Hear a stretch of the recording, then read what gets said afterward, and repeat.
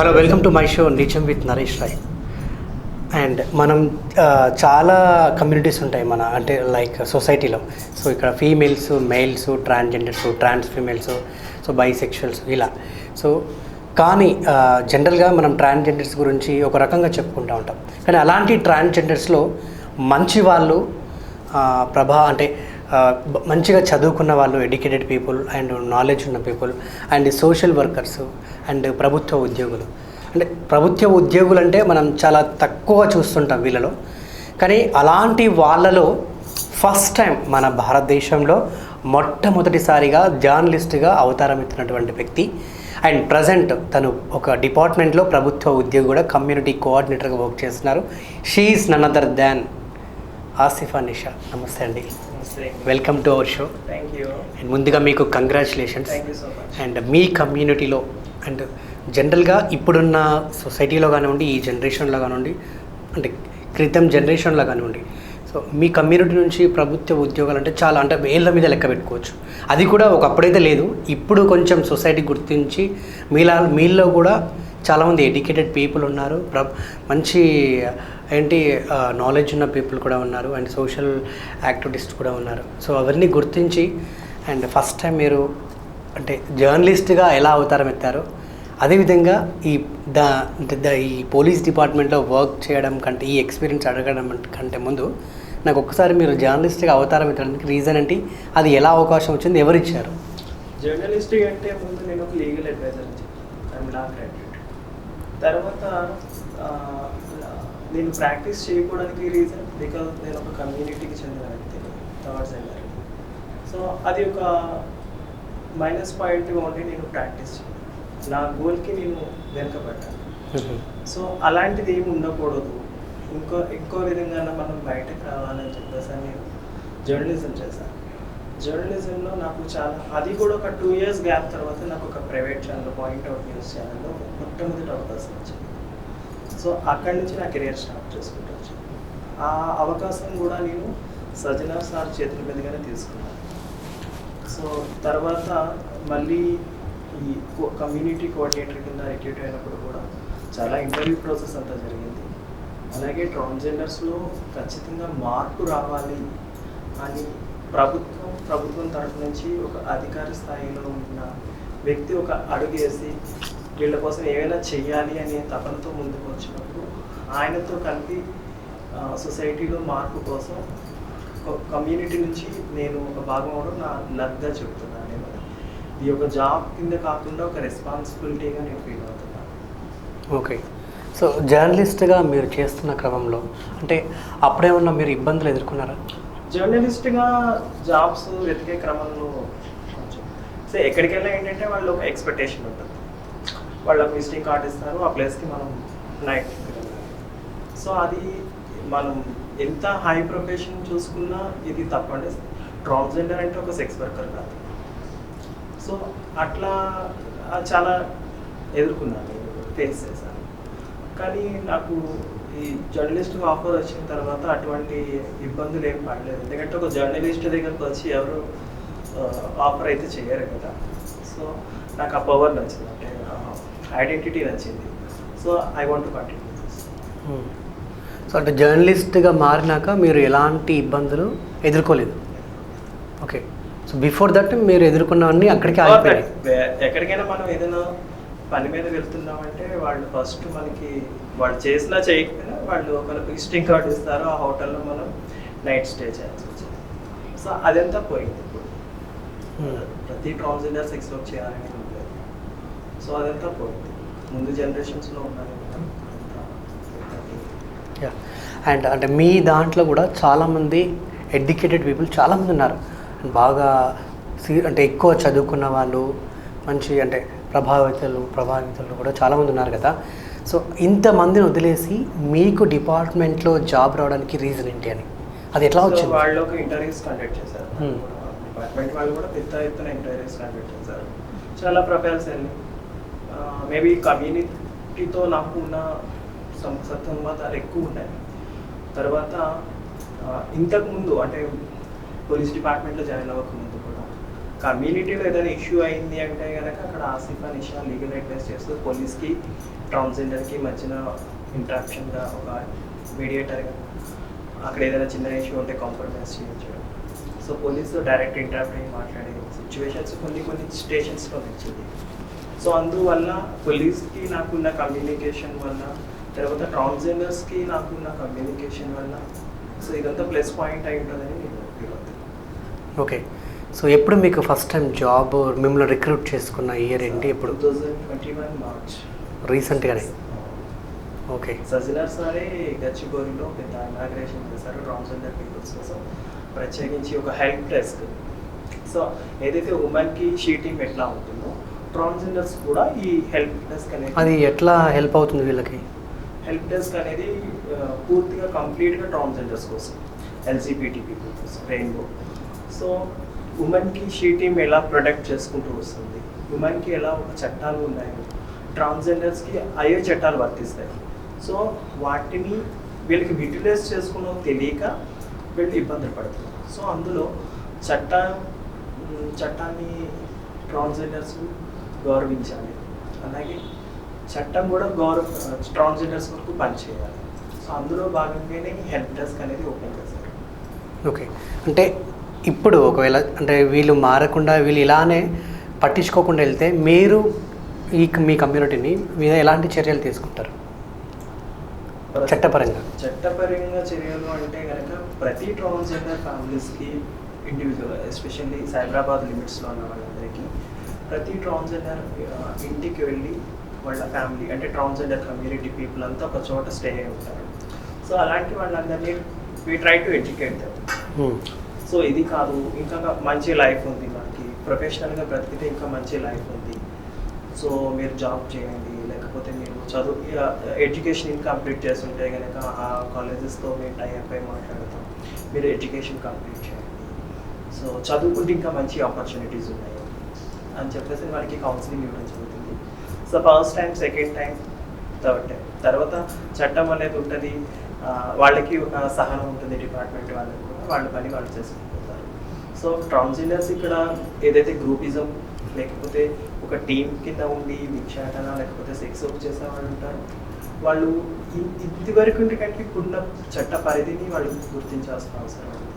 ఎందుకంటే ట్రాన్స్జెండర్స్కి ఒక లిమిట్ ఉంది, వాళ్ళు చదువుకోవాలా, వాళ్ళు పైకి వెళ్ళాలి, వాళ్ళకి జాబ్స్ ఉన్నాయి అని ఇంటర్నేషనల్ లెవెల్లో కూడా వాళ్ళకి జాబ్స్ ఉన్నాయి. కాబట్టి అదంతా మన తెలుగు స్టేట్స్లో కూడా, పక్క స్టేట్లో మన కేరళ చూసుకున్నా, తర్వాత తమిళనాడు చూసుకున్నా, వాళ్ళలో చాలామంది జాబ్స్ చేసేవాళ్ళు, హైలీ ఎడ్యుకేటెడ్ ఉన్నారు, డాక్టర్స్ ఉన్నారు, లాయర్స్ ఉన్నారు, ఇంజనీర్స్ ఉన్నారు, సాఫ్ట్వేర్ ఎంప్లాయీస్ ఉన్నారు. సో అన్ని ప్రొఫెషనల్లో ఉన్నారు. ఇక్కడ ఎందుకు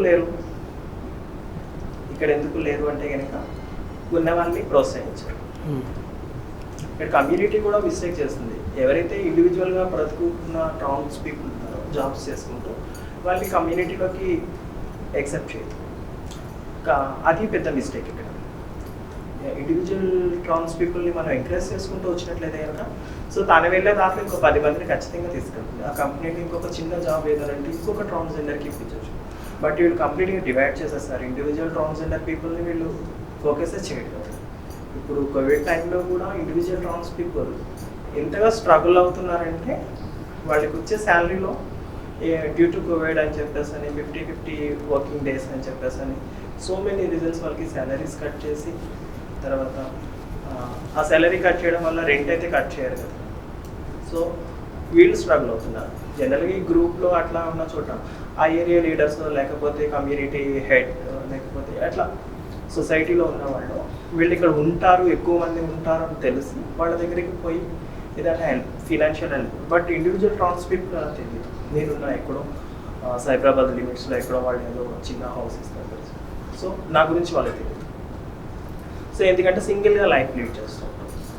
సో నేను చెప్పేది ఏంటంటే జాబ్స్ చేసుకుంటున్న ఇండివిజువల్ ట్రాన్స్జెండర్ పీపుల్ని కూడా ఎంకరేజ్ చేస్తూ రావాలి.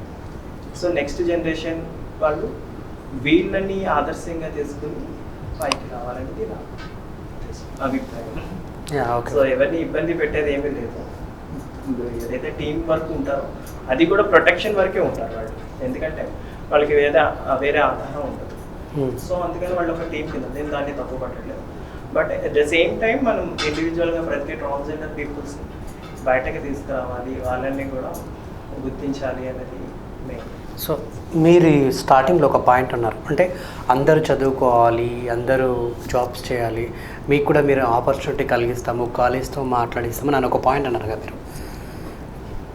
అంటే మన తెలుగు రాష్ట్రాల్లో చాలామంది ఉన్నారు మీ కమ్యూనిటీకి సంబంధించిన వాళ్ళు. మరి ఇంతమందికి అంటే మన ప్రభుత్వం ఉపాధి కల్పిస్తుందన్న నమ్మకం ఏంటి అని? చాలా మంది అందులో ఒక 60 to 70% ఎడ్యుకేటెడ్ ఉన్నారు, ఒక్కడ 30% చదువుకొని వాళ్ళు భిక్షాటన చేసుకుంటున్నారు.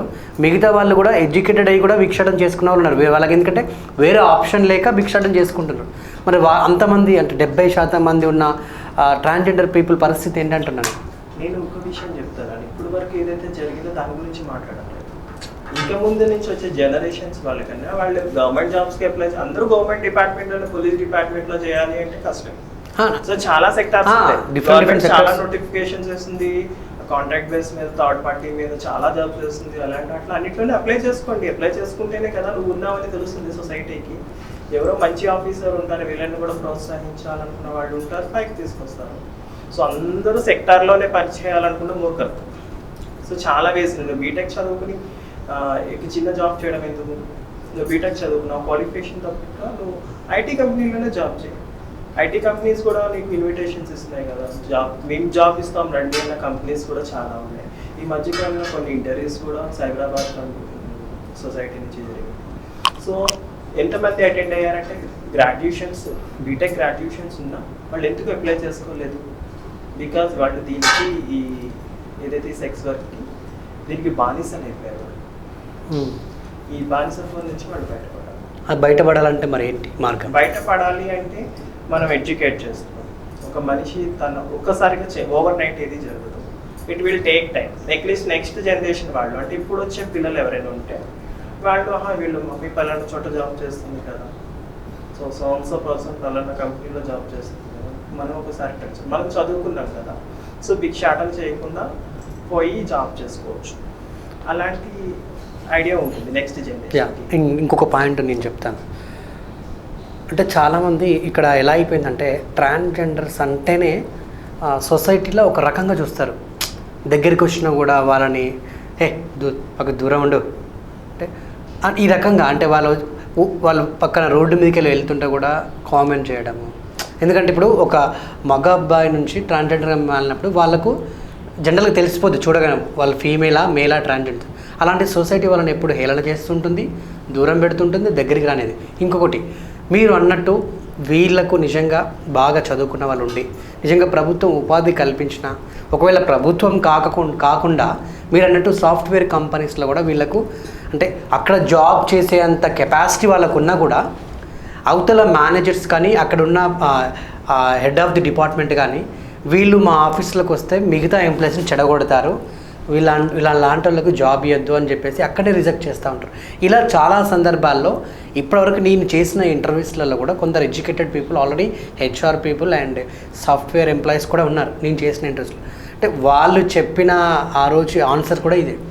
ఎందుకంటే జనరల్గా మమ్మల్ని ఇప్పటివరకు సొసైటీ కానీ ఈవెన్ ప్రైవేట్ సెక్టర్స్, ప్రభుత్వ సెక్టర్స్ కానీ ట్రాన్స్జెండర్స్ అంటే ఒక ఒపీనియన్ వాళ్ళకు ఉండిపోయింది. వీళ్ళు ఇంకా ఇంతే, ఇలానే ఉంటారు, అవతల వాళ్ళని చెడగొడతారు, వీళ్ళ వల్ల సొసైటీ చెడిపోద్ది అన్నట్టు. మా కంపెనీస్లో వీళ్ళని రిక్రూట్ చేసుకుంటే మిగతా ఎంప్లాయీస్ కూడా చెడగొడతారు, మా కంపెనీకి బ్యాడ్ నేమ్ వస్తుందన్న దురుద్దేశం, ఆ దురాలోచనతోటే ఇప్పటిదాకా ట్రాన్స్జెండర్స్కి అవకాశాలు ఇవ్వట్లేదు. మీరేమంటారు?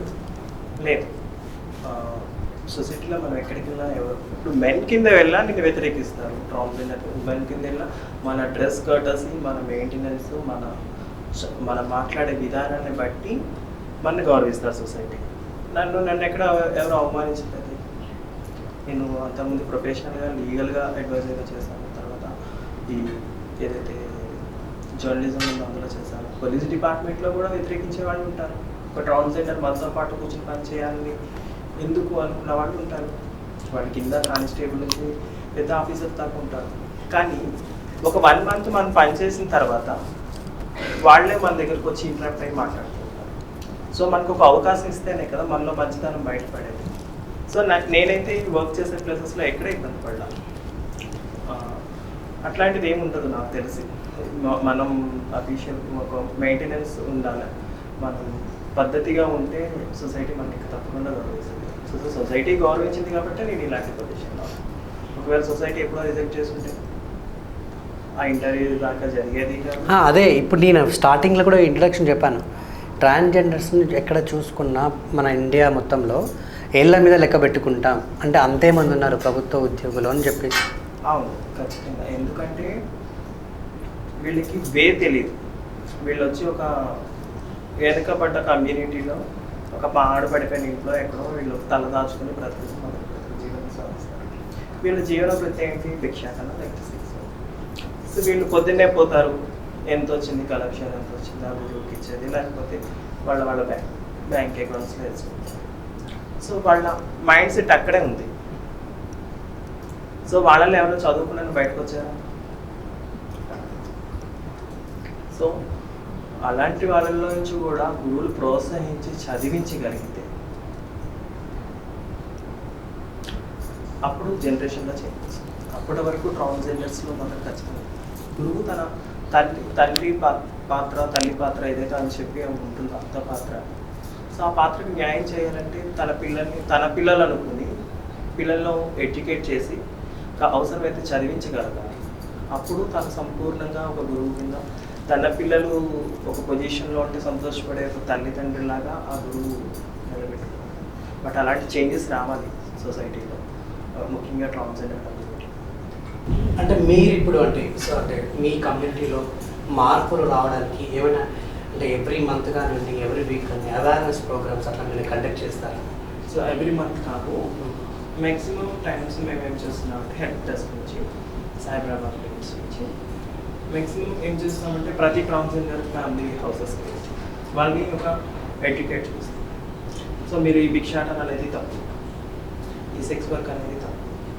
సో ఏదైనా చేంజ్ అవ్వండి, మీకు ఎట్లాంటి ప్రొఫెషన్ ఇంట్రెస్ట్ ఉంది, సో అట్లా చేంజ్ అవ్వడానికి ట్రై చేయండి.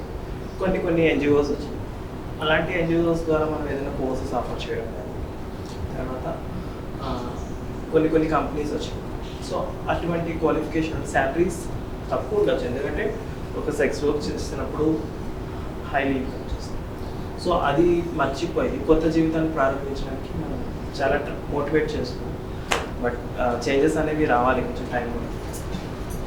ఓకే, మీరు అన్నట్టు ఒకవేళ మీకు అంటే ప్రభుత్వ ఉపాధి కానివ్వండి, ప్రైవేట్ సెక్టర్లో కానివ్వండి, ముఖ్యంగా ట్రాన్స్జెండర్స్కి అవకాశం ఇవ్వకపోతే వాళ్ళ పరిస్థితి జీవితాంతం ఇంతేనా? ఇంకా అవకాశాలు ఎందుకు రావేంటి? మనం ప్రయత్నించాలి, మన చేతుల్లో చాలా ఉంటుంది.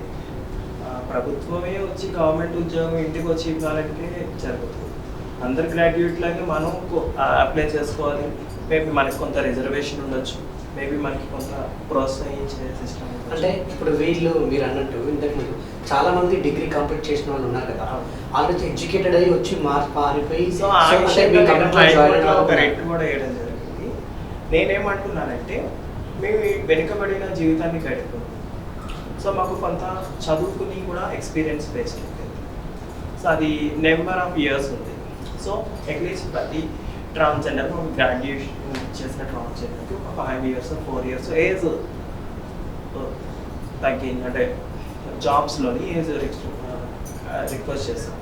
సో అది హైకోర్టులో ఇంకా ఉంది, అది తొందరలోనే దాని రిజల్ట్ రావచ్చు. వస్తే కనుక దాని ప్రభావం చాలా ఉంటుంది. ఎందుకంటే ప్రతి గ్రాడ్యుయేట్ చేసిన ట్రాన్స్జెండర్ గవర్నమెంట్ జాబ్స్కి పిలుచుకుంటున్నారు. సో వీళ్ళని కూడా ప్రోత్సహిస్తూ గవర్నమెంట్ ఏదైతే ఇతర రాష్ట్రాల్లో ఇస్తున్న పర్సంటేజ్ మనం కూడా ఇంప్లిమెంటేషన్ ఇవ్వచ్చు. సో భవిష్యత్ తరాల్లో ట్రాన్స్జెండర్ సెక్స్ వర్క్ చేయాల్సిన అవసరం. సో అది కంప్లీట్గా మర్చిపోవాలి అనే ఉద్దేశంతోనే ఈరోజు సజనా సార్ ఇంత పెద్ద ప్రోగ్రామ్ని స్టార్ట్ చేశారు. ఏదైతే షీ టీమ్కి ఎంత స్ట్రగుల్ అయ్యి వాళ్ళు ఇప్పటికి ఒక షీ టీమ్ అంటే 100 టైప్ చూడగా భయపడే పొజిషన్ ఉంటుంది. సో తొందరలో కూడా ట్రాన్స్జెండర్ హెల్ప్ డెస్క్ చూసిన తర్వాత సెక్స్ వర్క్ చేయాలంటే ఇది క్రైమ్ కదా, వీళ్ళు తప్పు కొడతారు ఉద్దేశం మార్పు కూడా ట్రాన్స్జెండర్. ఓకే, అండ్ మీరు అంటే డిపార్ట్మెంట్లో జాయిన్ అయ్యాక మీరు సొంతగా ఎలాంటి మార్పులు తీసుకురావడానికి ట్రై చేస్తున్నారు మీ కమిటీ? కమ్యూనిటీని నేను ఎక్కడ అంటే డిపార్ట్మెంట్లో జాయిన్ అయినా నేను కమ్యూనిటీ కొంచెం దూరంగానే ఉంటాను. బట్ మేము డైలీ ఏదో రొటీన్ లైఫ్లో కమ్యూనిటీ ఇంటికి వెళ్ళి కౌన్సిలింగ్ ఇచ్చేది అదంతా ఉందో. సో అక్కడికి వెళ్ళినప్పుడు నేను వాళ్ళకి చెప్తున్నాను, వాళ్ళందరూ రిక్వెస్ట్ చేశారు మమ్మీ ఎదిగడం. సో నా చేంజ్ చూసి నా తర్వాత ఉన్న జనరేషన్ చాలామంది చేంజ్ అవ్వడానికి ట్రై చేస్తున్నారు. ఎందుకంటే ఆ మమ్మీ మనతో పాటే ఉండేది, మనతో పాటు సెక్స్ వర్క్ చేసేది, మనతో పాటే సడన్గా తను ఇంత స్టేజ్కి వెళ్ళేసరికి వాళ్ళు మేము అట్లా ఉంటే బాగుంటుంది అంటే ట్రాన్స్జెండర్ పిల్లలు చాలామంది ఉన్నారు. సో అలాగే నాతో వర్క్ చేసిన కో సిస్టర్స్ అట్లా కమ్యూనిటీలో సిస్టర్స్ అట్లా ఉంటారు కదా. సో వాళ్ళల్లో కూడా మాకు ఏదైనా ఆపర్చునిటీ వస్తుందా, ఆ ఆతృత చూస్తాను నేను. ఫీలింగ్ అంటే ఒక్కసారిగా ఒక అవకాశం వచ్చేసరికి ఇంకా ఆపర్చునిటీస్ ఉంటాయేమో అన్న వాళ్ళు చాలామంది నేను చూసాను. నేను చాలామంది ఒక టీం కింద ఉండి కొన్ని ఎన్జిఓస్ చేసే సపోర్టింగ్ వల్ల పేపర్ ప్లేట్స్కి సంబంధించి, పికిల్స్కి సంబంధించి అట్లా ఏదో రకంగా వాళ్ళు ఒక టీం ఇదంతా బంద్ చేసి అది అట్లా కష్టపడి బతికే వాళ్ళు కూడా ఇప్పుడు ఈ 2-3 monthsలో నేను ఎక్కువ మంది చూసాను. మన ఎడ్బీ నగర్లో కానివ్వండి, వాళ్ళు పూర్తిగా భిక్షాటన అదంతా మానేసి ఏదో ఒక పని చేసుకోవాలి అన్నట్టు ఒక పేపర్ మ్యూజిషియన్స్ని లేకపోతే ఒక పికిల్స్ ఇంట్లో హోమ్ మేడ్ పికిల్స్ తయారు చేసి అట్లా ఏదో ఒక రకంగా బ్రతకాలని ఒక టీ స్టాల్ పెట్టిన ట్రాన్స్జెండర్స్ కూడా ఉన్నారు. సో వాళ్ళందరినీ నేను చూసినప్పుడు ఓకే చేంజెస్ వచ్చినాయి, వీఆర్ సక్సెస్ఫుల్ అనిపిస్తుంది. ఎందుకంటే ఇప్పుడు వరకు అలాంటి అవకాశాలు ఎవరిని చూడలేదు. ఒకవేళ ఇదే అవకాశం నాకు 9 సంవత్సరాల క్రితం వచ్చి ఉంటే నేను ఇంకా మంచి పొజిషన్లో ఉండేది. సో ఇప్పుడు అవకాశం వచ్చింది. సో ఇప్పుడు నేను 9 years గురించి ఆలోచించే కంటే నెక్స్ట్ జనరేషన్లో వాళ్ళకి ఆ 9 years క్లాస్ అవ్వకుండా చూడొచ్చు కదా. సో అట్లానే ఎవరైనా కొత్త పిల్లలు ఎవరైనా వచ్చినా ఎక్కడైనా జాబ్ చూసుకుంటే I try my best. Companies వాళ్ళు హెచ్ఆర్ వాళ్ళ నాకు ఎవరైనా ఇంట్రడక్షన్లో టైం ఉంటాయి కనుక నేను రిక్వెస్ట్ చేసి వాళ్ళకి జాబ్స్ పెట్టించాను. అట్లా కొంతమంది జాయిన్ అయ్యారు call centres. So okay result అయితే ఉంది. సో మీరు డిపార్ట్మెంట్లో జాయిన్ అయ్యాక మీ కమ్యూనిటీ నుంచి పెద్దవాళ్ళు కాల్స్ చేసి జనరల్గా ఎలా మేము కమ్యూనికేట్ అవుతున్నాం? కొన్ని బెదిరింపు కాల్స్ వచ్చినాయి. తర్వాత కొంతమంది ఫోన్ చేసి రిజైన్ చేసి వచ్చేసి ఎందుకు రీజన్ ఏంటంటే కమ్యూనిటీలో ఉన్న సీక్రెట్ ఎన్సీ అంతా బయటపడుతుంది పోలీస్ డిపార్ట్మెంట్. సో అలాంటి కొంతమంది ఫోన్ చేశారు, చంపిస్తాను అట్లాంటివి నడిచినాయి. అలాంటి ఫోన్ కాల్స్ వచ్చినప్పుడు మీరు వాటిని ఎలా ఎదుర్కొంటారు? సో నేను వింటాను అంతే, వినేసి ఊరుకుంటాను. ప్రతి దాని గురించి మనం ప్రతి ఒక్కరితో మాట్లాడుతూ ఉంటే మన ఇమేజ్ లేకపోతుంది. సో నేను అలాంటివి జరిగినాయి కమ్యూనిటీలో. నేను ఒక స్టేజ్ పైకి వెళ్ళి కిందకి రాగానే ఎంత ధైర్యం నువ్వు పోయి పోలీస్తో చేయగలుగుతావు. సో అంతకుముందు కూడా నాకు నెగిటివ్ ఫీడ్బ్యాక్ ఉన్నది. ఆసిఫా అంటేనే పోలీసు వాళ్ళతో అందరితో కలిసి ఉంటుంది, పోలీసులు అందరూ బాగా క్లోజ్ ఉంటారు, ఆమె వెళ్తేనే ఎఫ్ఐఆర్ ఫైల్ అవుతుంది అని చెప్పేసి అని ఒక 4-5 years నుంచే నా మీద కమ్యూనిటీలో ఒక ఇన్ఫార్మర్, పోలీస్ ఇన్ఫార్మర్ ఇప్పుడు పోయే పోలీస్ స్టేషన్లోనే కూర్చుంది, ఈమె ఏం చేస్తుంది కమ్యూనిటీని అని చాలామంది భయపడ్డారు. అది థ్రెట్ అంతా జరిగింది. But direct face to face ఏదో కార్ మీద అటాక్ అట్లా ఏం జరిగింది. బట్ కాల్స్ జరిగింది. ఇలాంటి కాల్స్ వచ్చినప్పుడు మీరు డిపార్ట్మెంట్ సజ్జనర్ గారితో కానీ వీళ్ళని షేర్ చేసుకుంటారు? నాకు ఖచ్చితంగా వాళ్ళు ప్రొటెక్ట్ చేస్తూనే ఉంటారు ఎవ్రీ టైం. నేను ఇప్పుడు దాకా షేర్ చేసుకోలేదు, అంత అవసరం రాలేదు. ప్రతి చిన్నది షేర్ చేసుకుని వాళ్ళని ఇబ్బంది పెట్టి మనం ఇబ్బంది పెట్టాల్సిన అవసరం. కొన్ని మన చేతుల్లో ఉంటాయి, కొన్ని మనం హ్యాండిల్ చేసుకోవచ్చు. సో ఎవరైతే కమ్యూనిటీ నుంచి బెదిరింపు కాల్స్ వచ్చినాయో సో వాళ్ళకి కొంచెం దూరంగానే ఉంటాను నేను డెఫినెట్లీ. సో వాళ్ళ జోలికి వెళ్ళాల్సిన అవసరం నాకు లేదు. And coming to department, so ఒక ట్రాన్స్జెండర్ అయ్యింటి మీరు ఒక డిపార్ట్మెంట్లో వర్క్ చేస్తున్నారు. ఓకే, మిమ్మల్ని అక్కడ ఉండే డిపార్ట్మెంట్ ఆడ పోలీస్ వాళ్ళు కానివ్వండి, మగ పోలీస్ వాళ్ళు కానివ్వండి, మిమ్మల్ని ఎలా ట్రీట్ చేస్తున్నారు? They are very friendly actually. కొన్ని సందర్భాలు ఇబ్బంది పడ్డారు స్టార్టింగ్ లెవెల్లో. ఏంటి అమ్మాయి చెప్పి ఉంటుంది కదా, నెగిటివ్ కామెంట్ చేసే వాళ్ళు ప్రతి స్టాఫ్లోనే ఉంటారు. సో అలాంటి వాళ్ళు కూడా తర్వాత వాళ్ళు రియలైజ్ అయ్యారు. నా దగ్గరికే డైరెక్ట్ వచ్చి sorry madam okay they are very friendly. Police పక్కన మన పిఎస్ ఉంటుంది, ఇందులో స్టాఫ్ అంతా వచ్చి మాట్లాడతారు. నాకేం ఇబ్బంది ఉంటుంది, వాళ్ళంతా కొలీగ్స్. వాళ్ళ ఏదైనా ఫుడ్ ఉన్నా షేర్ చేసుకున్నాం. They are very good. First time department చైర్లో కూర్చున్నప్పుడు ఆ మొదటి అనుభవం, ఆ మొదటి రోజు ఎలా ఉండేది? నన్ను స్వయంగా సజ్జనార్ సారే తీసుకుని కూర్చోబెట్టారు. సో అది చాలా గౌరవం. అలాంటిది లైఫ్లో ఇంకోసారి రాదు. కానీ చాలా పెద్ద చేంజ్ నాకు. ఫస్ట్ టైం అంత పెద్ద పోలీస్ ఆఫీసర్స్ తోటి కూర్చొని అందరూ ఐపీఎస్ ముందు నాకు చాలా ఆఫర్ లెటర్ ఇవ్వడం, అది చాలా హ్యాపీ ఉంది నాకు. సో నేను అందుకని నేను దాన్ని ఒక జాబ్ కింద తీసుకోలేదు, నేను అదొక రెస్పాన్సిబిలిటీ తీసుకున్నాను. అంత పెద్ద పోలీస్ ఆఫీసర్ వచ్చి మనకి నమ్మవలసిన అవసరం లేదు, కానీ నమ్మి మనకి పని ఇచ్చినందుకు మనం పని చేసేదానికంటే బాధ్యతగా వ్యవహరించడం. సో నేను మీరు ఓన్లీ అంటే మీరు ఇంతకు కమ్యూనిటీ కోఆర్డినేటర్గా వర్క్ చేస్తున్న డిపార్ట్మెంట్, నార్మల్గా మీరు ఆఫీస్లో ఉండే కోఆర్డినేట్ చేస్తుంటారా, లేదంటే ఇట్లా బెటరింగ్ లాగా అలా కూడా వచ్చి బయట వర్క్ చేస్తారా? బయట కూడా నైట్ టైమ్స్ కానీ డే టైంలో కానీ? లేదు, అవసరమైతే అన్ని డ్యూటీ చేయాల్సిందే వాళ్ళు అగ్రిమెంట్లోనే చెప్పారు. అవునా, ఓకే. సో అలా చేస్తున్నారా? చేస్తున్నారు. చేంజెస్ రావాలి కదా. ట్రాన్స్జెండర్ పీపుల్ ఎక్కడ దొరుకుతుంది? మార్నింగ్ బిక్షాటర్లో ప్లేసెస్ దొరుకుతారు, లేదు అనుకుంటే సెక్స్ వర్క్ చేసే ప్లేసెస్లో దొరుకుతారు. అక్కడికి మనం వెళ్తేనే కదా, ఆ ప్లేసెస్కి మనం వెళ్తేనే కదా అది తగ్గేది. సో మీరు డిపార్ట్మెంట్లో జాయిన్ అయిన దగ్గర నుంచి ఇప్పుడు నైట్ టైంలో ట్రాన్స్జెండర్స్ వాళ్ళు వేరే ఆప్షన్ లేదు కాబట్టి వాళ్ళు సెక్స్ వర్క్ చేస్తుంటారు. అలాంటి ప్లేస్లోకి మీరు వెళ్ళినప్పుడు అక్కడ జరిగిన ఆ సంఘటన ఎట్లా ఉండేది? మీరు లేదు, యాక్చువల్లీ నన్ను చూస్తేనే కొంచెం భయపడతారు. మీరు డైరెక్ట్ పట్టుకొని మాట్లాడే వాళ్ళ? లేదు, కొంతమందికి కొంచెం పెట్టి కౌన్సిలింగ్ కూడా జరిగింది. నన్ను చూస్తేనే ఇప్పుడు డిపార్ట్మెంట్లో పనిచేస్తున్నానని ట్రాన్స్జెండర్ కమ్యూనిటీ వైపులో ఎందుకు వచ్చింది, ఆమెకు ఎదురు పడితే ఎక్కడైనా కొంచెం కమ్యూనిటీలో వ్యతిరేకత ఉంది. సో నైట్ టైంలో పట్టుకొని అక్కడే కౌన్సిలింగ్ ఇస్తారు? అక్కడే కౌన్సిలింగ్ అంటే ఫస్ట్ సెకండ్ కౌన్సిలింగ్ అనేది ఒక మనిషి సడన్గా చేంజ్ అవ్వడం అనేది జరుగుతుంది. అది ఒక మూఢనమ్మకాలతోటి ఒక దారుణమైన సాంప్రదాయాలతో ఉండిపోయినటువంటి వీళ్ళు ఖచ్చితంగా టైం పడుతుంది. ఓకే, అంటే మీరు కమ్యూనిటీ దగ్గరికి వెళ్ళినప్పుడు ఆ నైట్ టైం సార్ ఎప్పుడైతే వాళ్ళు సెక్స్ వర్క్ చేస్తున్నారో ఆ టైంలో మీరు వాళ్ళ దగ్గరికి వెళ్ళినప్పుడు మీరు అన్నట్టు ఫస్ట్ టైం సెకండ్ టైం దొరుకుతారు, మళ్ళీ థర్డ్ టైం దొరుకుతారు. మీరు అన్నట్టు చేంజ్ అనేది ఒకేసారి రాదు, కొంచెం టైం పడుతుంది. సో అయినా కూడా వాళ్ళు అలానే బిహేవ్ చేస్తూ అలానే వర్క్ చేసే మీకు అంటే బై నుంచి head of the department Sajjanar గారు నుండి సో వాళ్ళు ఎలాంటి అంటే అంటే నువ్వు ఇంకా ఎలాంటి చర్యలు తీసుకోవాలి, ఇలా చట్టపరంగా ఇలాంటి సెక్స్ వర్క్ మేము రిపీటెడ్గా చేసి బ్రతుకుతాం అంటే కరెక్ట్. చేంజ్ అంటే ప్రతిసారి మార్పు రావాలి. మార్పు ఎందుకు రావడం లేదు అంటే కనుక వాళ్ళకి ఆపర్చునిటీస్. సో అదే ఆపర్చునిటీస్ కోసం మనం కంపెనీస్ సైబరాబాద్ లిమిట్స్ నుంచి కొన్ని కంపెనీస్లో రిక్వెస్ట్ చేసి ఏదైనా చిన్న జాబ్ ఇప్పించండి, వీళ్ళు చదువుకున్నారు. కొంత సైబరాబాద్ పోలీస్ డిపార్ట్మెంట్ కూడా ట్రై చేస్తుంది. సో అలాంటి టైంలో మనకి కొన్ని కంపెనీస్ నుంచి ఆఫర్స్ వస్తుంది.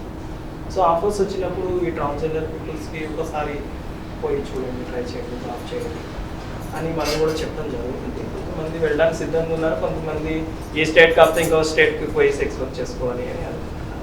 సో సెక్స్ వాళ్ళ మైండ్స్ చేయండి, అది సడన్గా అనేది కష్టం. తర్వాత ఇప్పుడు దాకా మల్టిపుల్ ప్రాబ్లమ్స్ ఉన్నాయి, ఎందుకంటే మనకు కోవిడ్ తర్వాత ఈ ట్రాన్స్జెండర్స్ మీద ఒక్కసారిగా మనం అటాక్ చేస్తే అది మిస్గైడ్ అవుతుంది. సో అందుకని చెప్పేసి అని వీళ్ళ మీద ఎవరి మీద కఠినమైన చర్యలు ఇప్పుడు దాకా తీసుకోలేదు. బట్ కొన్ని ఎఫ్ఐఆర్స్ ఆల్మోస్ట్ ఒక 3-4 ఎఫ్ఐఆర్స్ అలాగే కొంతమంది విడిపించి.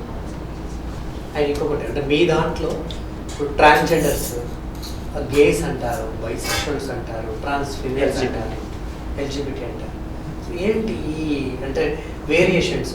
సో ఈ వేరియేషన్స్ అంటే ఇన్ని అంటే వేరియేషన్స్ ఉన్నాయి కదా, అంటే ఇన్ని పేర్లతో అంటే ఒక్కరేనా లేకుంటే మీరు డిఫరెంట్గా ఉంటారా ఏంటని? డిఫరెంట్ ఆ పేర్లకు వాటికి సంబంధం ఏంటి? పేర్లు అనే దానికంటే సెల్ఫ్ డిక్లరేషన్ అనేది అదే ఏంటంటే కొంతమంది ట్రాన్స్ ఉన్నారని చెప్పి, కొంతమంది క్రాస్ డ్రెస్సర్ అని చెప్పి, క్రాస్ డ్రెస్సర్ అని చెప్పి, క్రాస్ డ్రెస్సర్, కొంతమంది నేను గే అని చెప్తాను. సో అది వాళ్ళ వ్యక్తిగతంగా వాళ్ళు సెల్ఫ్గా డెసిషన్ తీసుకుని నేను ఇది అని చెప్పేసి వాళ్ళకి చెప్పుకున్న సుప్రీంకోర్టు ఇచ్చిన గైడ్లైన్స్.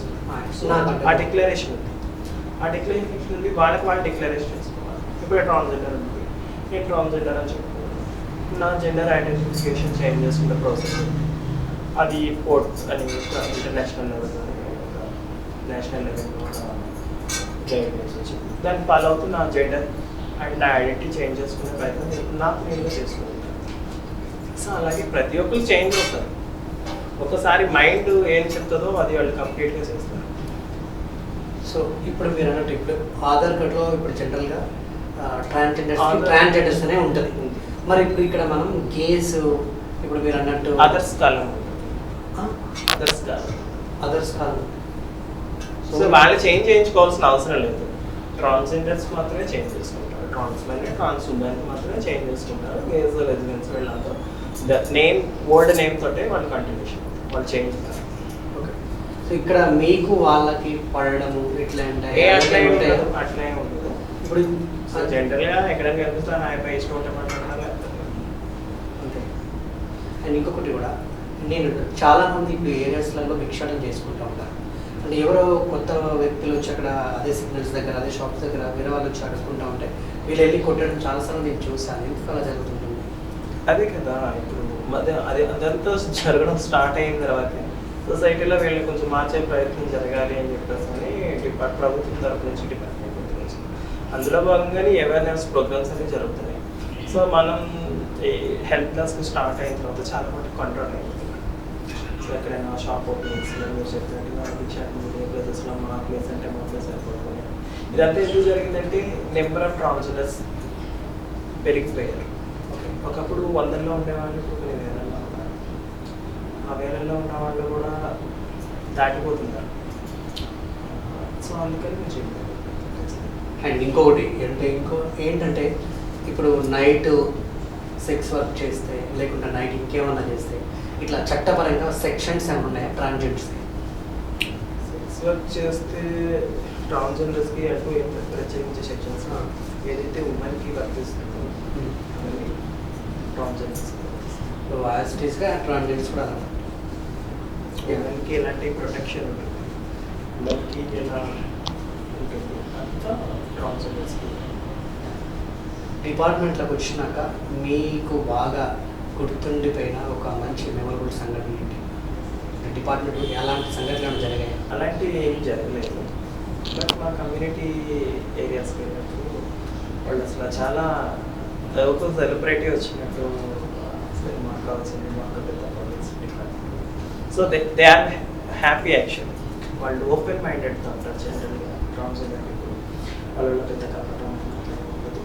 సో వాళ్ళు ఏమనుకుంటారు ఏంటంటే సడన్గా నన్ను చూసేసరికి వాళ్ళకి పట్టలేని ఆనందం, తను పైకి వెళ్ళింది తినుండడం వాళ్ళకి హెల్ప్ చేస్తుంది. కమ్యూనిటీ వాళ్ళ ఫేసెస్ వాళ్ళని చూశారు. ఎవరైతే నన్ను ఫోన్స్ బెదిరించారో అలాంటి వాళ్ళు కూడా ఇలాంటి ఒక ప్రోత్సాహం ఉండాలి, నువ్వు ఆ ప్లేస్కి కరెక్ట్ అన్న వాళ్ళు ఉన్నారు. So coming to your personal life, so Asifa Nisha కాకుండా ముందు అసలు మీరేంటి, ఎక్కడ పుట్టారు, ఏంటి ఇలా అంటే చేంజ్ అవ్వడానికి అసలు reason ఏంటి? I'm basically from highly educated people. My parents are educated with government employees. ఎంతమంది మీరు? ఎంతమంది మీరు? So I'm also adapted, sir.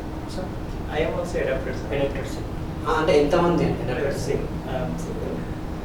So మాకేమో లేదు ఫ్యామిలీ నుంచి ఏమి రిస్ట్రిక్షన్స్ ఏమి. సో నేను ఒక పొజిషన్లో ఉన్నాను.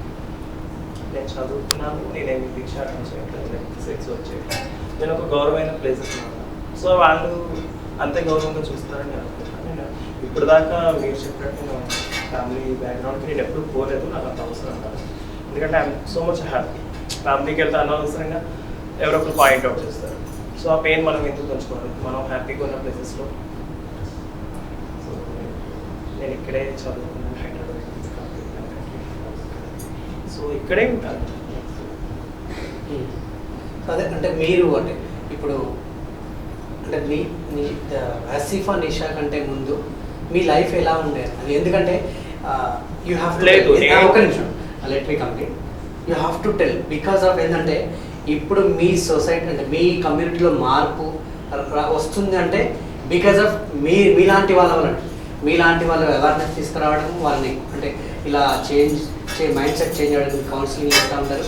మీలాంటి పొజిషన్ కూడా వాళ్ళకి రావాలి అంటే మీ గతం కూడా వాళ్ళు తెలుసుకుంటే, గతం తెలుసుకున్నాక ఇప్పుడు మీ గతం ఆల్రెడీ మీరు ఇంతకుముందు చెప్పారు, నా లైఫ్లో నేను ఇలా హైలీ ఎడ్యుకేటెడ్ ఇలా కష్టపడి వచ్చాను కాబట్టి. సో బిగిజ్ ఎందుకంటే ఇవి డైరెక్ట్లీ అంటే ఫస్ట్ నుంచే ఇలా ఉందని చాలా మంది అనుకుంటారు. అలా కాకుండా మీ గతం కూడా నాకు తెలుసుకోవాలి. అయితే నేను when I started my interview నేను ఒక మోడలింగ్ అందుకే నాకు గే కల్చర్ మీద అవగాహన. సో నేను ఏజ్లో నేను 16, 17, 19, 20 ఇయర్స్ వచ్చేదాకా modelling field. So young face కదా, సో చాలా ఆఫర్స్ వచ్చాయి గోవాలో, తర్వాత బెంగళూరులో చిన్న చిన్న షూట్స్ చేసుకుంటూ ఈవెంట్ ప్రోగ్రామ్స్లో ఈవెంట్ డాన్స్ చేసుకుంటాం, నైట్ పార్టీ డాన్స్. సో అక్కడ చాలా తర్వాత నేను ట్రాన్స్ కమ్యూనిటీ పీపుల్తో నా ఎడ్యుకేషన్ ఏ రోజు till today I'm learning something. ఈ రోజు కూడా నేను ఏదైనా కోర్స్ నేర్చుకున్నాను నేను ఇష్టపడతాను. సో నా గురువు ఎవరో చెప్పలేదు, నువ్వు ఈ పని మానేసే, పూర్తిగా చదువు మానేసే నన్ను ప్రోత్సహించిన వాళ్ళు. నేను ఎక్కడికి వెళ్ళినా నన్ను తను చదువుతుంది, ఎప్పుడైనా మనకు ఉపయోగపడుతుంది అన్నట్టుగా ప్రతి అంటే నేను అటు పటాన్ చెరువు నుంచి ఇటు ఎల్పీ నగర్ దాకా మొత్తం గురువులందరితో నాకు కమ్యూనికేషన్ ఉంది. సో వాళ్ళు ఏంటంటే నేను ఎప్పుడు కనిపించినా బాగున్నావా ఎట్లా అంటే రిసీవింగ్ డిఫరెంట్ ఉంటుంది. జనరల్ ట్రాన్స్జెండర్ పీపుల్ వచ్చినావు ఎట్లా ఉంటుంది, నేను వెళ్ళేసరికి ఇది చదువుతుంది ఒకరోజు దీని అవసరం అనుకుంటుంది అని గౌరవించే విధానం వేరే. సో చదువు ఉంది కాబట్టి నాకు ఆ గౌరవం వచ్చింది. So what about schooling? అసలు ఆ స్కూలింగ్లో మీరు ఎలా? స్కూలింగ్ అదంతా నేను చాలా తక్కువ, నేను ఒక పెద్ద చదివిన క్యాండిడేట్ ఏం కాదు. కొంచెం స్కూలింగ్ కంటే ఇంటర్మీడియట్ నుంచి నాదంతా ఎక్కడ అటెండెన్స్ మెయింటైన్ చేస్తారు, వాళ్ళకి పైసలు ఇచ్చేది అటెండెన్స్ మెయింటైన్ చేసేది ఎగ్జామ్ అంటే. బికాజ్ నాలో డిఫరెంట్ నా తెలుసు, నేను ఒక కాలేజ్కి వెళ్తే నేను కామెంట్ అవుతాను. సో కాలేజ్కి వెళ్ళలేదు, only exams attend. Only exams. So అట్లా గ్రాడ్యుయేషన్ లెవెల్ కూడా తర్వాత మనం అటెండెన్స్ మెయింటైన్ చేసే కాలేజెస్ ఎలా ఉంటాయి. చదువుకోవాలని ఒక తపన ఉండాలి కానీ మనం పోయి అవమానపడాల్సిన అవసరం మళ్ళీ మనం చూసి రిక్వెస్ట్ చేసి సార్ నా పరిస్థితి ఇది, నేను కొన్ని కాలేజెస్తో మాట్లాడాను, నా పరిస్థితి ఇది, నేను రాలేదు, ఎగ్జామ్ డేట్ చెప్పండి నేను ఫీజు కడతాను, నేను పాస్ అవుతాను, నేను ఈ సంవత్సరం పాస్ అవుతే నాకు నెక్స్ట్ ఇయర్ ప్రమోట్ చేయాలి.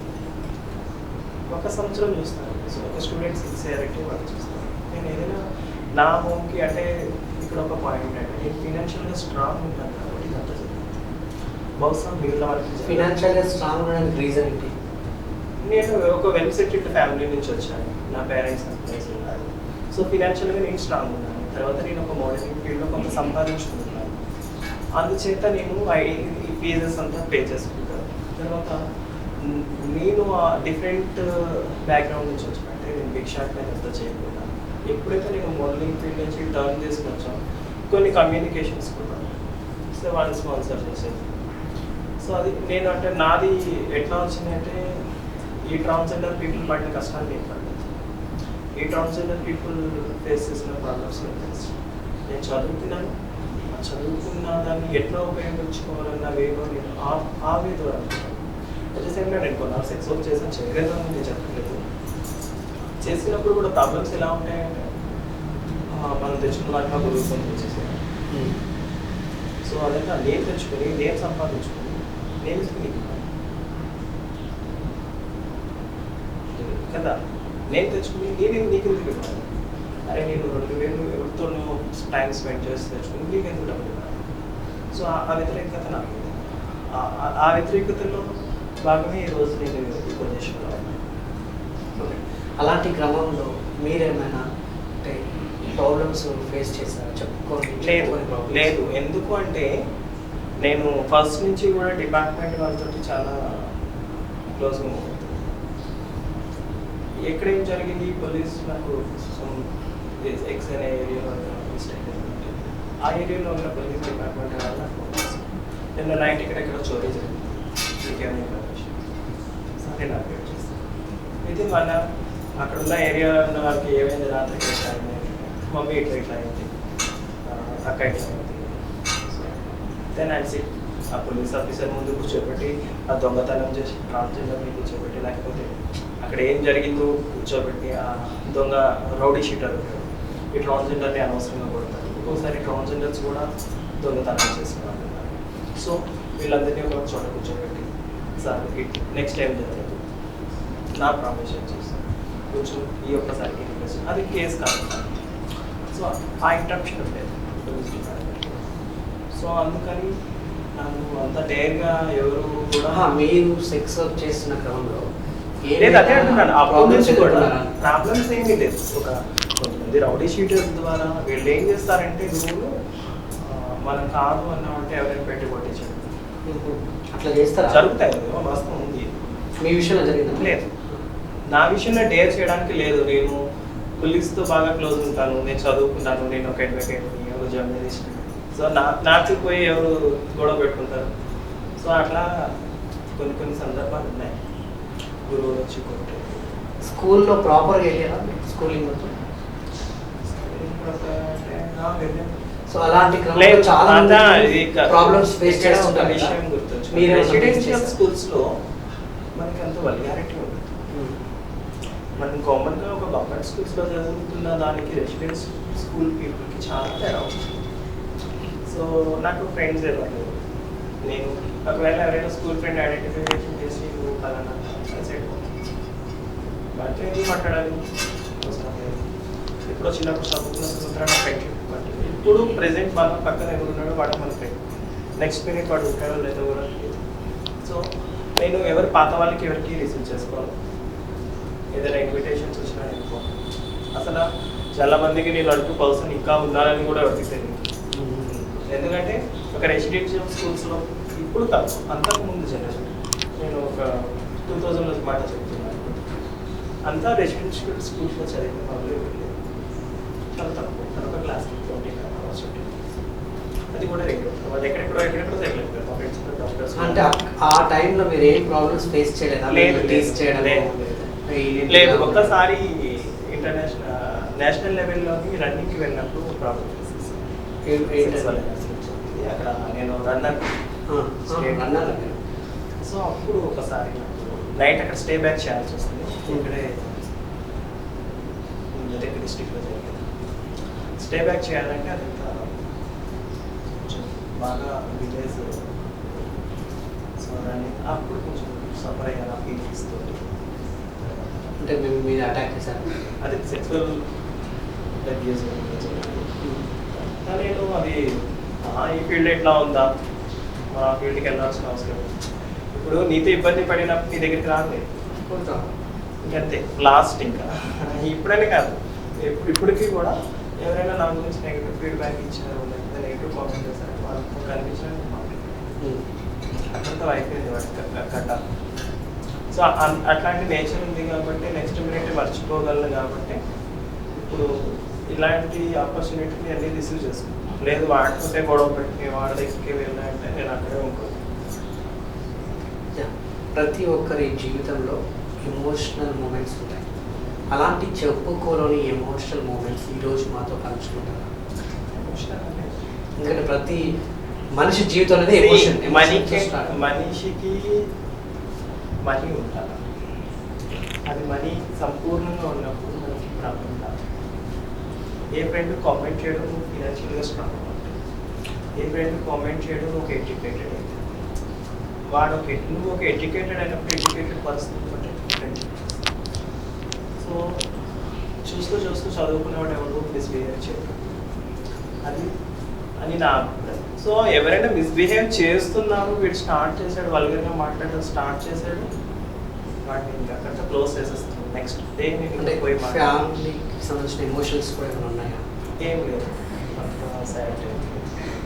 సో ఏదైతే జరిగిందో అది నా మంచిగా జరిగింది. అలా అనుకుంటారా? ఏదైతే జరిగిందో నా మంచిగా జరిగింది. ఎప్పటికీ నాకు కొన్ని కోర్టు కేసెస్ జరిగినాయి ప్రాపర్టీకి సంబంధించింది, బట్ అది ఉంది. అంటే స్టార్టింగ్లో ఒక క్వశ్చన్ అడగొద్దన్నారు, బట్ నాకు ఇంకా అది అడగాలన్న అదే ఉంది. ఎందుకంటే అది ఇంపార్టెంట్ ప్రతి ఒక్కరి జీవితంలో. సో ఇవన్నీ ప్రాపర్టీస్కి సంబంధించిన కేసెస్ అయితే ఏపీ హైకోర్టు. సో వాళ్ళు దూరం అవ్వడం మిమ్మల్ని బాధ పెట్టలేదా ఆ సంఘటన?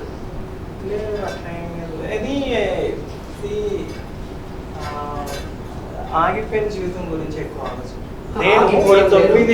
ఆ టైంలో దూరం అవ్వడం లేదు కదా. కాదు ఇప్పుడు అమ్మ నాన్న దూరం అంటే అది పెద్ద ఎమోషనల్ లేదు లేదు అట్లా అని మనం మాట్లాడుకునే దానికంటే సో అక్కడ తర్వాత నేను ఎట్లా గెలవాలా సో నా ప్రాపర్టీస్ ఎలా సేవ్ చేసుకోవాలి, నా ఫినాన్షియల్ స్టేటస్ ఏంటి, అసలు ఏముంది ఇక్కడ ప్రాపర్టీ. సో అట్లా బయటకు వచ్చాను నేను. అప్పుడు స్ట్రగుల్ అయింది దాని గురించి. సో అమ్మ నాన్న దూరమైనప్పుడు నేను ఎందుకు అంటే ఒకళ్ళ గురించి ఒకళ్ళ ఎమోషనల్ అవ్వలేదా? లేదు లేదు అసలు నేను చాలా ఈజీగా ఎవరినైనా అంటే ఎమోషనల్ అవ్వలేదండి నన్ను.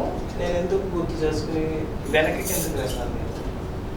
సో నా ముందు నన్ను గౌరవించే వాళ్ళు ఉన్నారు, నా కోసం ఇష్టపడేవాళ్ళు ఉన్నారు, నన్ను ఎట్లన్నా హ్యాపీగా ఉంచాలన్న వాళ్ళు ఉన్నారు.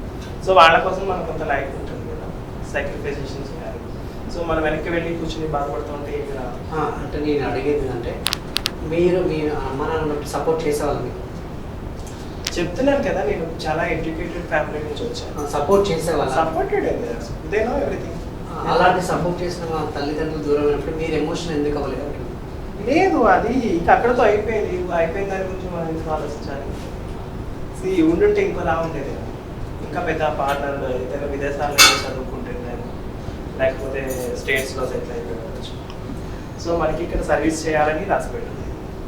సో అది జరుగుతుంది. సో ఫైనల్గా సో ఈ మీరు ఇంకా అంటే మీ కమ్యూనిటీ వాళ్ళకి కాబట్టి సో నిజంగా ఇంకేమన్నా చెప్పాలనుకుంటున్నాను. ఎందుకంటే మార్పు అనేది అది ఎప్పుడు చేంజ్ అవుతుందో తెలియదు. మార్పు అనేది మీరు అన్నట్టుగా ట్రాన్స్జెండర్స్లో వెంటనే రాదు ఉన్నారు, కొంచెం టైం పడుతుంది. సో అలాంటి మార్పు రావాలంటే ఇంకా ఫైనల్గా మీరు ఏం చెప్పాలి? ట్రాన్స్ కమ్యూనిటీ పీపుల్లో ఏదైతే మార్పు అనేది ఈ హెల్ప్ డెస్క్ స్టార్ట్ చేసింది, ట్రాన్స్జెండర్ హెల్ప్ డెస్క్ స్టార్ట్ చేసింది చాలా వచ్చింది, ఇంకా వస్తుంది ఇక్కడ భవిష్యత్తులో. ఎందుకంటే ట్రాన్స్జెండర్స్కి కూడా ఇప్పుడు ఒక భయం ఉంది, మనం తప్పు చేస్తే శిక్ష కూడా, మనం ఈ పని చేయకూడదు ఈ పని చేయకూడదు అని వాళ్ళకి ఒక ఐడియా వచ్చేస్తుంది.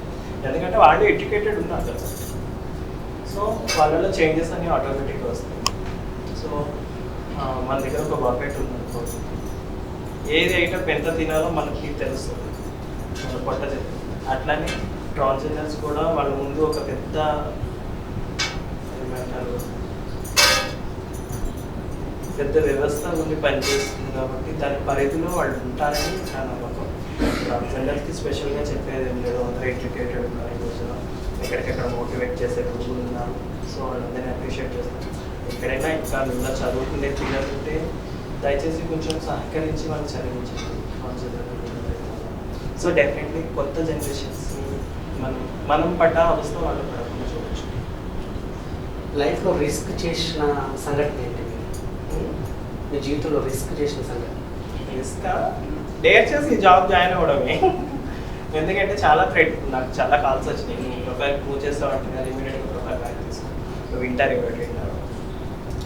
సో నువ్వు ఎందుకు పోలీస్తో మిమ్మల్ని అవుతుంది, నీకేం కావాలి, బంగారం కావాలి, వెండి కావాలి, లేదా నా దగ్గర ఉండే నీకు ఇంత డబ్బు ఇప్పిస్తాను అనేది ఉంటాయి.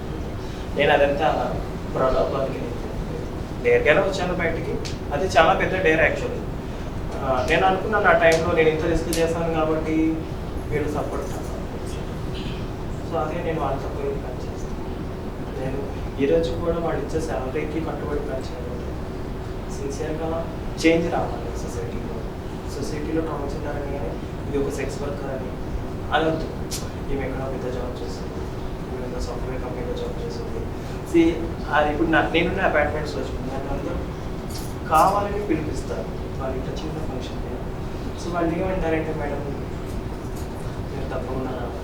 సో వాళ్ళు గౌరవిస్తున్నారు వాళ్ళు ఇక్కడ సెక్స్ వర్కర్స్. నేనున్న అపార్ట్మెంట్స్లో దాదాపు 50 ఫ్లాట్స్ ఉన్నాయి.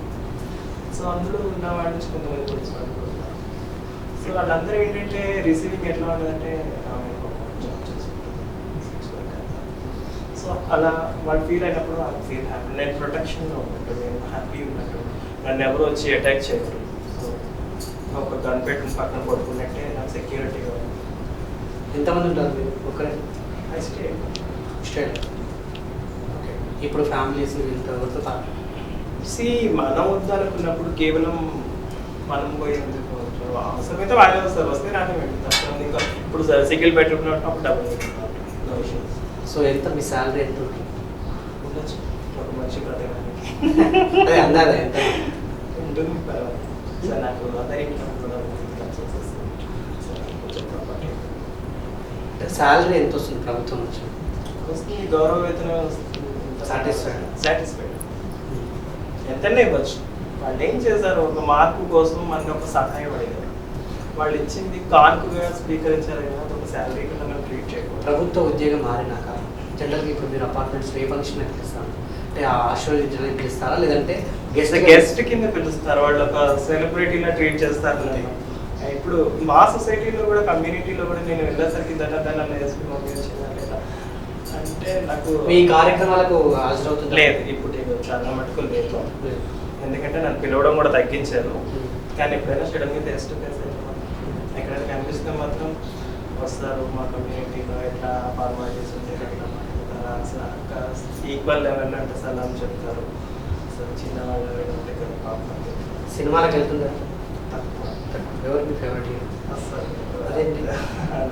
ఎందుకు ఒకళ్ళ జీవితం మనకి ఎందుకండి, ఎవడ క్రియేషన్ మనకి ఎందుకు, మన లైఫ్ తీసేవాడు. సో ఫేవరెట్ హీరో, సినిమాలు తక్కువ అంతే, ఇంట్రెస్ట్ పాటలు పాడతారు. అంటే ఎక్స్ట్రా మీకు ఉన్న కల్చరల్ యాక్టివిటీస్ ఏంటి? ఏం లేదు, నేను ఇంతసేపు ఏమి చూస్తూ ఉంటా ఇక్కడ ఏం జరుగుతుంది. ఎక్కువ కాలక్షేపం దేనితో చేస్తారు? కనెక్షన్ నేను వర్క్లో ఉన్నంత వరకు వర్క్ చేస్తాను. ఇంటికి వస్తే జస్ట్ ఫ్రెండ్స్ చాలు. అంతే. Thank you so much. So and ఫైనల్గా ట్రాన్స్జెండర్స్ కాకుండా ఇండివిజువల్ ట్రాన్స్జెండర్స్ గురించి ఓకే, కాబట్టి ఇంకొక పాయింట్ మర్చిపోయాను. ఇప్పుడు చాలామంది మీరు ట్రాన్స్జెండర్ పీపుల్ అనేసరికి ఒకేసారి గ్రూప్ ఆఫ్ ద పీపుల్ ఒకే దగ్గర ఉంటారు. మరి ఇండివిజువల్గా ఉండే వాళ్ళకి అసలు వాళ్ళ పరిస్థితి ఏంటి? ఇండివిజువల్గా ఉండే ట్రాన్స్జెండర్ చాలా మంచి క్వశ్చన్. ఎందుకంటే ట్రాన్స్జెండర్ అనగానే ఒక సమూహాన్ని మనం చూస్తాం. ఒక 10 మంది 15 మంది కూర్చోండి, 4 కూర్చోండి. సో ఒకే ఏరియాలో వీళ్ళు పరిమితి అయ్యారు. వీళ్ళకంటే ఇప్పుడున్న దాంట్లో చదువుకుని చిన్న చిన్న జాబ్స్ చేసుకుని చాలా సఫర్ అవుతున్న సొసైటీకి కమ్యూనిటీకి కూడా దూరంగా ఉండే ఇండివిజువల్ ట్రాన్స్జెండర్కి ఇప్పుడు చాలా మన హైదరాబాద్లోనే దాదాపు 4-5 అవుతుంది. సో వీళ్ళని కూడా కమ్యూనిటీలో భాగం చేసుకోవాలి, గురువులు యాక్సెప్ట్ చేయాలి. సో వీళ్ళ వల్ల ఆదాయం లేదు, లేకపోతే వీళ్ళ వల్ల ఉపయోగం లేదు అని చెప్పేసి కమ్యూనిటీ నుంచి దూరం పెట్టడం, సొసైటీ నుంచి వాళ్ళు దూరంగా కాదు, పేరెంట్స్ నుంచి దూరంగా కాదు, చిన్న జీతానికి జీతం అంతా పోయి అద్దెలకు ఇచ్చేసి తినడానికి లేక కష్టపడిన ఇండివిజువల్ ట్రాన్స్జెండర్ పీపుల్స్ చాలామంది ఉన్నారు నా దృష్టిలో. సో నేను ఎప్పుడూ వాళ్ళని ఎంకరేజ్ చేస్తాను. వాళ్ళు చదువుకున్నారు, వాళ్ళు ధైర్యంగా చెప్తున్నారని నేను జాబ్ చేసుకున్నాను. వాళ్ళు వస్తారు, హెల్ప్ డెస్క్ దగ్గర చాలామంది వస్తారు. పలానా కంపెనీలో జాబ్ చేస్తాను, పలానా కంపెనీలో చేస్తాను. I feel very happy. So ఇక్కడ నుంచి వెతుక్కుంటూ వస్తారు వాళ్ళు. మా దగ్గర కాంటాక్ట్ నెంబర్ లక్ష్మీ పోలీస్ స్టేషన్లో పలానా ఆసిఫా ఉంటుంది. వాళ్ళు లోపల పోయి పోలీస్ స్టేషన్లో అడుగుతారు, వాళ్ళ పక్క కేసులో ఉంటారు. నేను చూసిన వాళ్ళు వెతుక్కుంటూ వస్తే చాలా సంతోషం అనిపిస్తుంది. సో అలాంటి వాళ్ళని మనం ఎంకరేజ్ చేసుకుంటున్నాం. సో వాళ్ళకి అంటూ ఒక పర్సన్ కింద కమ్యూనిటీ చేయాలి, అలాగే సొసైటీలో చేయాలి. ఇప్పుడు చూడండి, కోవిడ్ ఉంది, చాలా సఫర్ అవుతున్నారు వాళ్ళు. ఇప్పుడు లోకల్ లీడర్స్ అంతా పోయి ఈ సమూహం ఏదైతే ఉందో వీళ్ళకి ఇస్తారు. లోకల్ లీడర్స్ అంతా పోయి టీమ్స్ ఎవరు ఉన్నారో వాళ్ళ గురువులకి వాళ్ళకి ఇస్తారు. What about the individual? వీళ్ళకి ఫుడ్ ఉండదు, హాఫ్ సాలరీస్, కొన్ని కంపెనీస్ ఎత్తేస్తాయి. సో ఇండివిజువల్ ట్రాన్స్జెండర్స్ని మనం ఎంకరేజ్ చేయాల్సిన అవసరం ఉంది. ఎందుకంటే వాళ్ళు ఏ మిస్టేక్ చేయకుండా వాళ్ళ కాళ్ళ మీద వాళ్ళు బ్రతుకుతారు. సో అలాంటి వాళ్ళకి సపోర్టింగ్ కూడా ఉంటుంది హెల్ప్ డెస్క్ నుంచి. అలాగే ఈ ట్రాన్స్జెండర్ హెల్ప్ డెస్క్ యొక్క ముఖ్య ఉద్దేశం ఏంటంటే ట్రాన్స్జెండర్స్లో మార్పు రావాలి. సో ట్రాన్స్జెండర్స్లో ఎటువంటి మార్పు రావాలి? ప్రతి ట్రాన్స్జెండర్ ఒక ఎంప్లాయీ అవ్వాలి, లేకపోతే ఒక బిజినెస్ చేసి ఎట్లా మంచి భవిష్యత్తులో ఉండాలి అనే ప్రధాన అంశం. ఖచ్చితంగా నెక్స్ట్ జనరేషన్స్ యొక్క ట్రాన్స్జెండర్ కమ్యూనిటీ అంటే ట్రాన్స్ పీపుల్ ఎవరైతే పిల్లలు ఎవరైతున్నారో వాళ్ళలో ఖచ్చితంగా చేంజెస్ అనేవి వస్తాయి.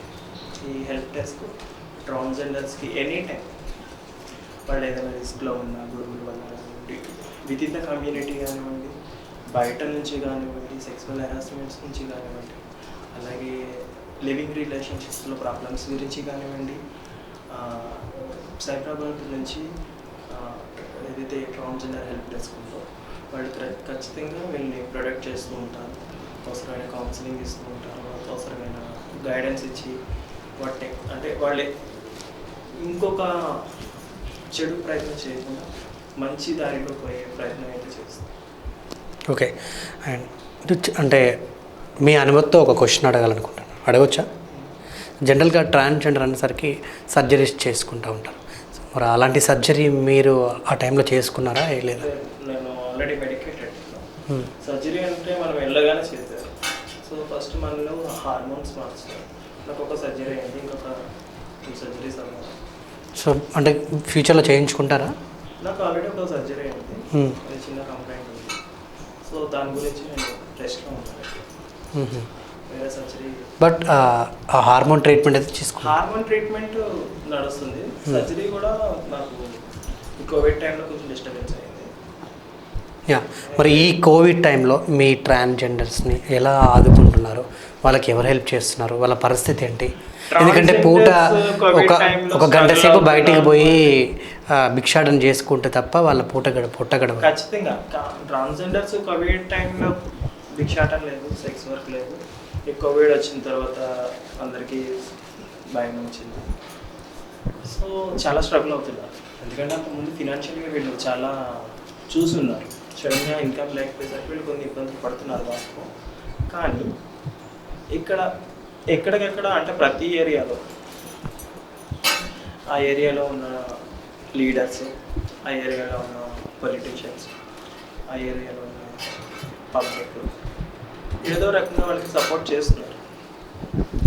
నాకు తెలిసి అంత ఇబ్బంది పడుతున్నారు వాస్తవం. కానీ ఏ రెంట్స్ పే చేసుకునే చోట అలాంటి ఫుడ్కి నాకు తెలిసి ఇబ్బంది పడకపోవచ్చు, ఎందుకంటే కమ్యూనిటీ నుంచి కూడా చాలా ఎన్జిఓస్ నుంచి గ్లోబల్ ఫండింగ్ ఒకటి రిలీజ్ అవుతుంది.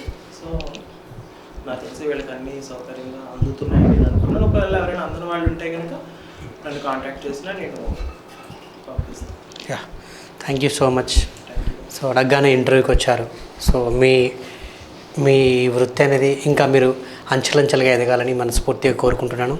అండ్ మీ కమ్యూనిటీ నుంచి ఎంతోమంది ఇప్పుడు ఎడ్యుకేటెడ్ పీపుల్ ఎవరైతే ఉన్నారో, ఎవరైతే ప్రభుత్వ ఉద్యోగం నుంచి ప్రయత్నిస్తున్నారో, సో ఇంకా చాలామంది మీ కమ్యూనిటీ చేంజ్ ఓవర్ అవుతూ ఇలా మీలాగా ప్రభావితులు అవుతూ ప్రభుత్వ ఉద్యోగం చేస్తూ అంచెలంచెలుగా ఎదగాలని మనస్ఫూర్తిగా కోరుకుంటున్నాను. తొందరగా సొసైటీ కూడా వాళ్ళని గుర్తించి ప్రైవేట్ సెక్టర్స్లో కూడా వాళ్ళకి జాబ్స్ ఇస్తారని నేను మనస్ఫూర్తిగా కోరుకుంటున్నాను, అనుకుంటున్నాను. అవ్వాలి. అలా అయితే రేపటికి మీకు అందరికీ ఆడవాళ్ళకి మగవాళ్ళకి ఎలా అయితే ఉపాధి ఉంటుందో, సో కంప్లీట్ ట్రాన్స్జెండర్స్ కూడా ఉపాధి ఉంటుంది. నాట్ ఓన్లీ ట్రాన్స్జెండర్, ట్రాన్స్మెన్స్ కూడా ఉన్నారు. ట్రాన్స్మెన్స్ కూడా చాలా ఇబ్బంది పడతారు. సో వాళ్ళకి జాబ్స్ వస్తుంటారు. సో వాళ్ళకి ఎక్కువ మనకంటే ఎక్కువ సెక్సువల్ హెరాస్మెంట్స్ ఉంటాయి. సో అందరినీ గుర్తించాలి. సొసైటీలో థర్డ్ పార్టీ ఉన్న వాళ్ళని కూడా థర్డ్ జెండర్ అనే వాళ్ళందరినీ ఐడెంటిఫై చేసి వాళ్ళకి కూడా మంచి పొజిషన్స్ ఇచ్చే అవకాశం సొసైటీ ఇవ్వాలి. ఇచ్చిన అవకాశాన్ని మనం వినియోగించుకోవాలి. మన రెస్పాన్సిబిలిటీ. మనం కొన్ని వద్దు అనుకుంటేనే ఇలాంటివన్నీ వస్తాయి. Thank you so much.